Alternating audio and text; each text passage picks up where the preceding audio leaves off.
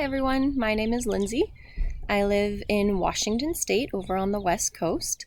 I am loving the master's program at Widener, the MSW program.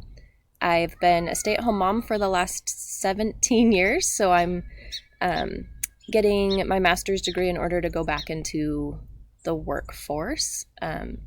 I am not doing anything professionally right now. I'm just being a stay-at-home mom. I have 5 teenagers and they're all doing school at home, so that is what I'm doing. It's a full-time job. As far as the courses, I've really enjoyed really every aspect of these courses.